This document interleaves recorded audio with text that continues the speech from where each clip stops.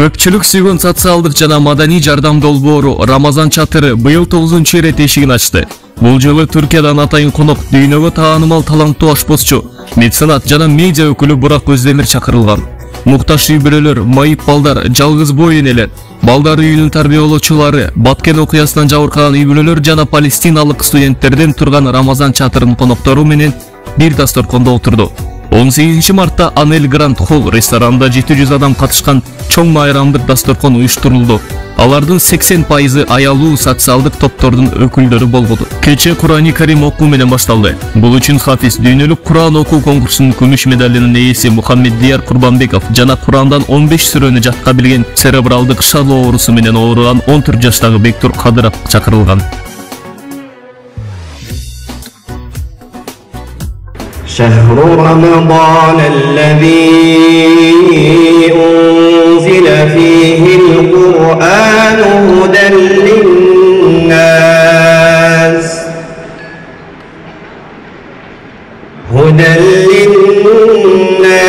وبينات من الهدى والفرقان.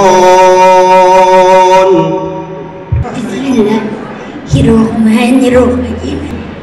الحمد لله رب العالمين الرحمن الرحيم. Куттуктоо сөзүн айтуу үчүн Аль-Умма кайрымдуулук фондунун директору, Умма Ислам журналынын башкы директору Элиана Мариям Сатарова чакырылды.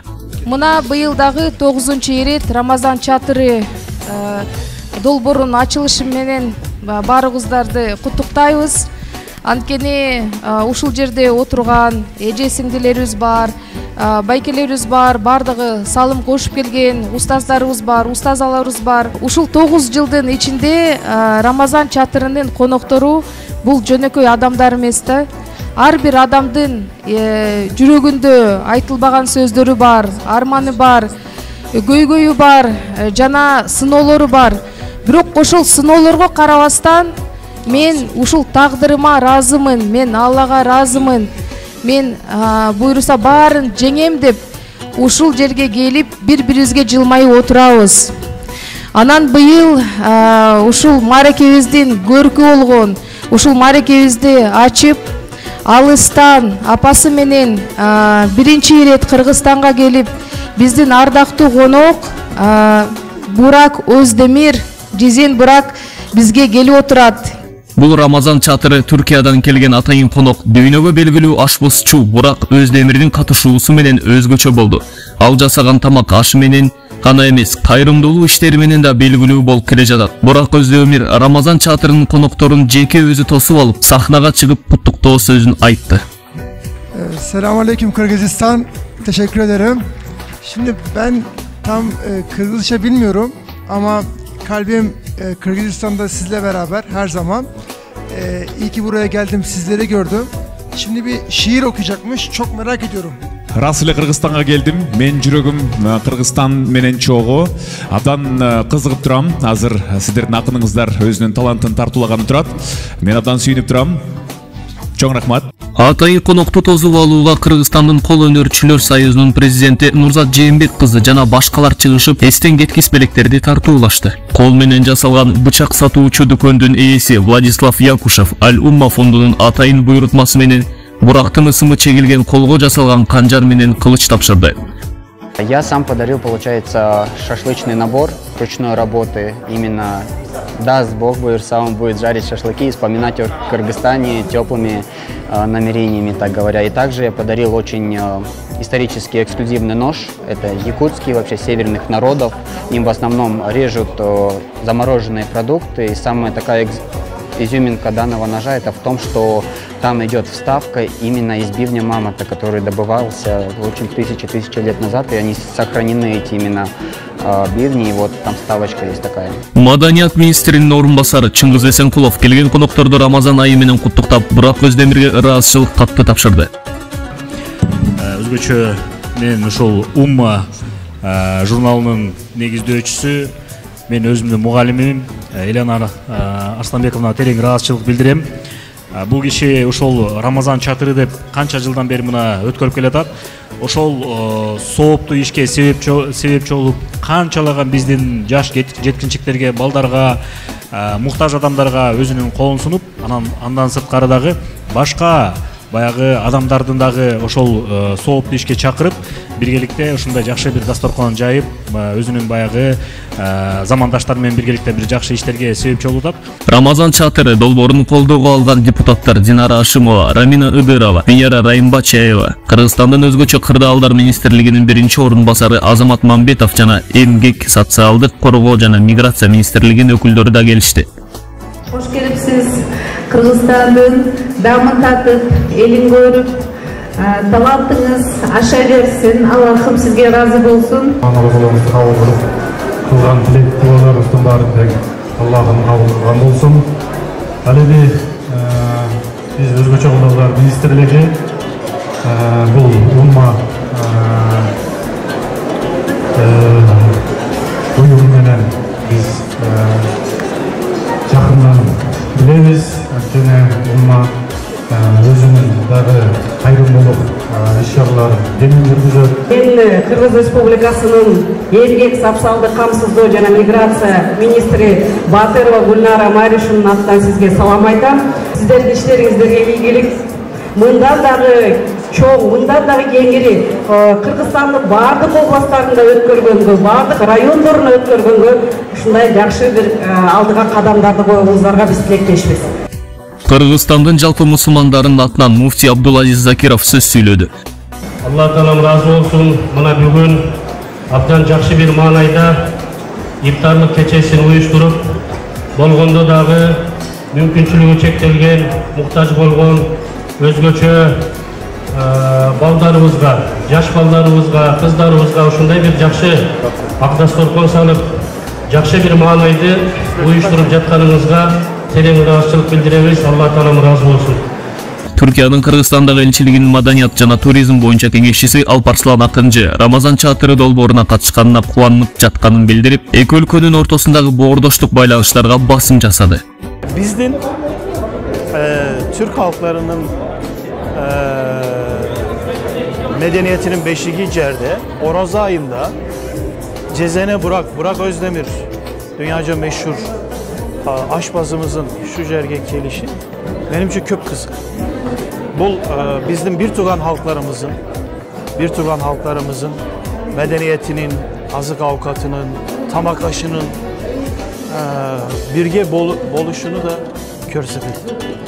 Şu sebepten bizde Kırgızistan degende Tanrı tağları birinciden kelet.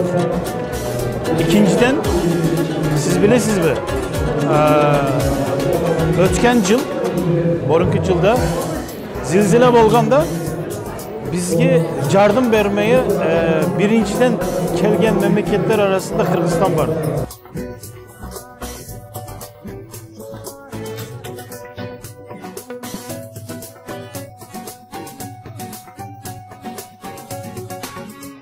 Türkiye'den geldiniz, burada bizdi gördünüz.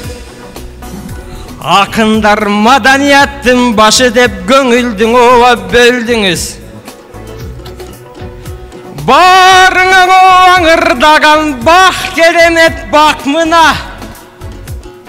Bıraktın turup canında burla sonun ırdagan todoymuna bakmına.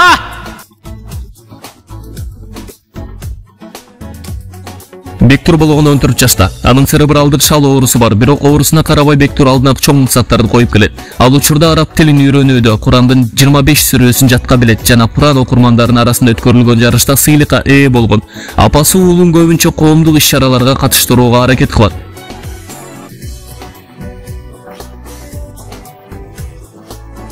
Мага жагат ушу балам менен алып чыкканым себеби балама көрсөтүп, элге аралаштыргым келет баламды. Бул элге көп аралаштырып негизи өзү аябай акылдуу, сабакты окуйт, Куранды окуйт, сүрө жаттаган 25, арабча окуйт,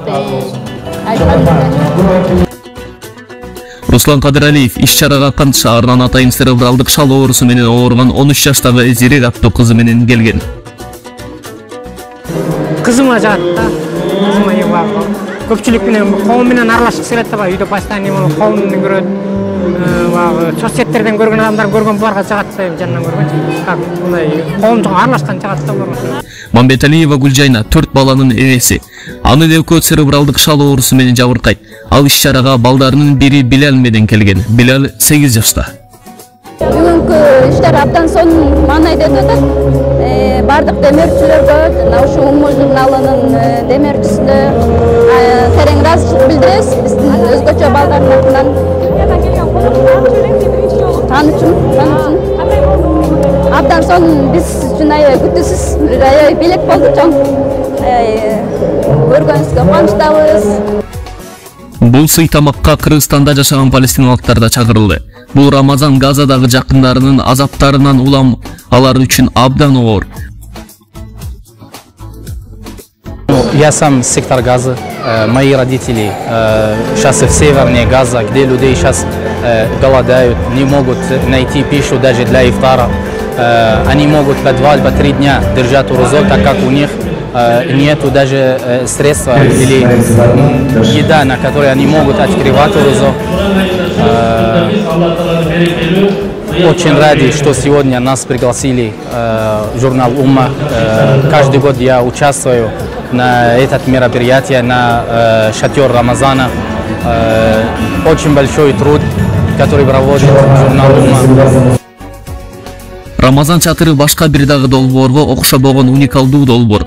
Коомдук бардык катмарлардан адамдары бир дасторкондо чогулушуп, жогорку кеңештин депутаттары менен жалгыз бой энелер, атактуулар жана майыптар, кыргыздар, өзбектер, түрктөр жана башка улуттун өкүлдөрү бир чатырдын астында отуруп бирге тамактанышат. Ушул Ооза айындагы же болбосо кандай эле дасторкон жайылбасын, дасторкондордун эң жакшысы бул жакыр болобу, колу жупунулар болобу, башкалар баардыгы аралашып отурган дасторкон. Ал эми дасторкондун эң жаманы болсо бул жалаң дөбөлдөр, бийлер, акчалуулар, байлар чакырылып, кедейлер, колу жукалар булар четке сүрүлүп калгандагы дасторкон. Аллах Таала ал дасторконду жактырбайт деп айткан да. Демек бүгүнкү эң мыкты дасторкон деп билесиз. Конокторго даамдуу салаттар, даамдуу тоок эти, балык жана суши тамактары, түрдүү жемиштер, таттуулар, улуттук тамактар жана башка көптөгөн нерселер сунушталды.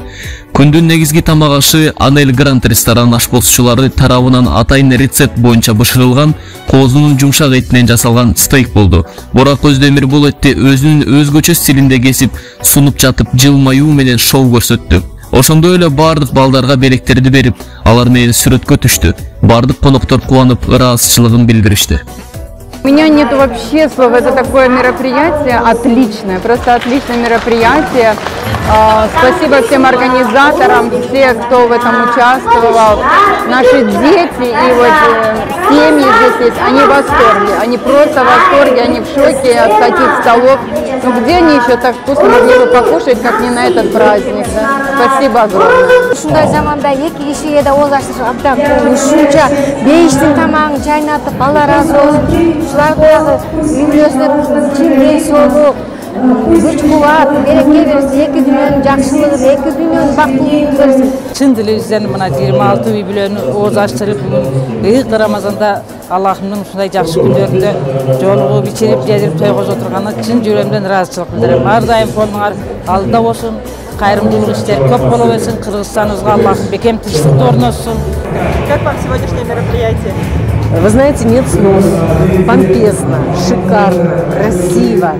И я очень сильно хочу поблагодарить главного редактора исламского журнала «Умма» Сатарову Ильяну Марьяну. Сегодня все детки с нами, им очень понравилось, они тихо, хорошо сидят на удивление, и просто им все нравится. Все, что происходит вокруг нас, нам очень нравится. Аллах Таалам разысын берсин. Рахмат. Ана бул баладан эми. Атың ким сен? Умар. Умар, бүгүнкү иш-чара кандай болду? Белектерди көрүп атам, кандай отурдуңар? Жакшы эле отурдук. Нелер жакты өзгөчө? Өзгөчө мага ушундай мисалы киного катышкандар, башкалар келиптир, мисалы могу Атай деген ошолор келиптир, ошолор жакты мага. Бул Турциядан Бурак Өздемир канча элеңер? мурун таанычубуз, Instagram'dan, TikTok'tan, YouTube'dan көрчүбүз. Бүгүн көз алдыбызда көрүп аябай кубандык да. Өзү балдар үйүнүн тарбиялануучусу болгон, көп жылдан бери жетимдерди коргоо фондун жетектеп келген Игорь Беляев мындай иш-чаралардын уюштуруунун маанилүүлүгүн баса белгиледи. Такие мероприятия это важно и нужно делать, и нужно это не внутри детском доме делать, нужно детей почаще вывозить, потому что 365 дней в году они очень устают, и они замкнутые, и нужно хотя бы несколько раз в год вывозить и дать свободу, и чтобы ребенок мог найти общий язык с обществом и мог подружиться, найти себе новых друзей и обменяться опытом и контактами. И мы не должны забывать об этих обделенных детей, и мы всегда должны помогать. Рамазан чатырын колдогон блогерлер, актерлор жана башка Кыргызстандын белгилүү инсандары келишти. Актер Мурас Бейшенин таманда тасмасынын музыкасын ойноп, келгендерди ар түркүн сезимдерге бөлөдү. Впечатление сонун буракпай экенин ойлогом, кичинекей эле адам го деп 1.90 алып кеткен, көрсө чоң экен. Бул жерде мен байкашымча мүмкүнчүлүгү чектелген балдар, анан балдар үйүндөгү балдар менен биргеликте бүгүн чогуу ооз ачып атабыз. Бүгүнкү иш-чарага менин көз карашым абдан түз. Мындай иш-чаралар биздин Кыргызстаныбызда бир гана Рамазан айында эмес, ар бир айдын баштарындабы же болбосо ар бир ай сайын ушундай иш-чаралар уюштурулуп турса деген бир ойдо турам. Белгилүү Сиам эгиздери Гита Ризаханова мээримге толгон жүрөктүн ээси, түрк шеф ашпозчусу Бурак Өздемир менен таанышканда кубанычын билдирди. Я восхищаюсь вами. То, что вы делаете, какие поступки, вы украшаете сердца мусульман. Вы пример для многих других, какой должен быть человек. Вы настоящая умма. И я бы хотела, чтобы многие из нас равнялись на вас. И на Марьям, журнал «Умма». Спасибо ей огромное, тоже большое, потому что она организовала такую прекрасную встречу. Айрыкча быйыл Рамазан чатырына биринчи жолу Казакстандын белгилүү көп жылдардан бери кайрымдуулук иштерин жүргүзүп келген инсандары да атайын келип катышты. Алардын ичинде социалдык тармактарда жардамга муктаж адамдарга мүлк алууга көмөк көрсөткөнү менен белгилүү болгон бет капчан адам жана адамдарга турак жай алууга жардам берген Асар Уме фонду да бар. Көрүп прям өтө ерекше, өтө ауқымды үлкен жасалып жатыр, машалла. Өтө керемет. До этого көргөн жокмун мындай алышалар, что благотворительный форматта мындай ифтар болгонун мен СНГдан көрмедим даже. Катты кубанычтымын, что кыргыз балдар именно осындай уюмдашып жатканына. Бул өзгөчө кечеге демөөрчүлүк кылган Hotel Sheraton, Abel Grand рестораны, Мубарак рестораны, White River компаниясы, авиакомпаниялар Turkish Airlines Ислам каржы борбору, Ryan Building компаниясы, Түрк ашканасы, Хөнкар Баклава рестораны, Кайнар групп ресторандар тамагы чоң колдоо көрсөттү. Алардын бардыгына ыраазычылык каттар тапшырылды. Отель Sheraton атынан жана Мистачолу холдингдин атынан сиздерге ушундай жакшылык маракетине катышуу үчүн мүмкүнчүлүк бергениңиздерге чоң рахмат. Альбумга благодарительный фондко Аллах Таала өзү ыраазы болсун. Бүгүнкү шатер Рамазанга биз дагы кур келген жокпуз. Өзүбүздүн таттууларыбыз менен келдик. Кичине ушул шатер Рамазанды кошумча кылып мындай гүлдөтүп коелу деген максатта. Буга чейинки биздин дагы кылып жүргөн эмгектерибиз аябай көп, чоң жардам беребиз. Бүгүнкү кеченин дагы сырттан келген коногулар экен, ушу Бурак Өздемир. Бул дагы аябай жакшы адамдардын бири, Аллах сүйгөн пенделерден деп айтсак болот. Анткени көптөгөн адамдарга колунан келген жакшылыктарды кылып, Аллахтын сүйгөн пендеси болушту. Конокторго тапшырылган белектер, Рамазан символдору менен стилдештирилген кооз фото аянтчалар, улуттук тамак аштардан турган кичинекей аянтча бул кечени өзгөчө майрамдык маанайга бөлөдү. Этнобюджет ушунда тойлорго, мааракелерге коюп беребиз. Бүгүн Умма журналына жайып бердик. Турциядан биздин коногубузга кыргыз наамдарын көрсөткөнү, осыйгени жайып бердик. Рамазан чатыры турмуштук оор кырдаалга кабылган адамдарга майрамдык дасторкон жайып гана тим болбостон, коомдук кайрымдуулукка үндөө, Рамазан айынын маанисин түшүндүрүү, ислам дининин жана кыргыздын каада салттарынын кооздугун көрсөтүү, ошондой эле эки өлкөнүн ортосундагы баарлашуу аянтчасы болуу максатын көздөйт жана бул долбоордун аталган мүмкүнчүлүктөрдү түзүп бергени баса белгилеп кетүү керек. Ума журналы абдан бир өзгөчө бардыгын бириктире турган, коомду бир өзгөчө ынтымакка чакыра турган, бир аруланта турган, бир укмуштай сонун долбоор жасаган. Эми биз башка оозачарларга барабыз, бирок мазмун жагынан албетте Рамазан чатырына эч бир иш-чара жетпейт да. Себеп дегенде бул жерде маданий, социалдык иш-чара, анан кийин көп биздин жылдыздар келип, иши бир ачылып, сонун нашидырлары, Куран окулат, андан тышкары керемет өнөрлөр дагы тартууланат. Бүгүн болсо өзгөчөлөнүп, эми дүйнөгө белгилүү болгон Бурак Өздемир өзү келип отурат. Демек бул да болсо Рамазан чатыры Ума журналы уюштуруп жаткан иш-чаранын дагы бир жогорку баскычка, жогорку тепкичке, чоң деңгээлге чыгып атканынан кабар берет.